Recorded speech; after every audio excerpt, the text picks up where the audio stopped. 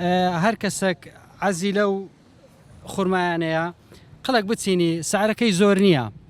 سعرەکەی زۆر نییە خێرە سەدەقە جاریە بەشی هەموو خزم و برادەر و جیرانەکانی دەکاتن. زیاتر لە لای جنوب دێتن لە دیالێ سەماوەیە کووتە لەو منتیقانە دێتن و ئێرکوانە.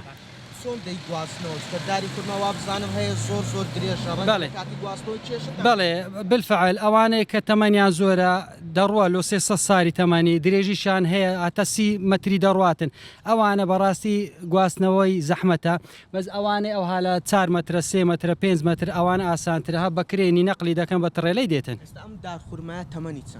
ئەوە نزیکە 18 ساڵە بەڵێ 17 ساڵ 18 ساڵ.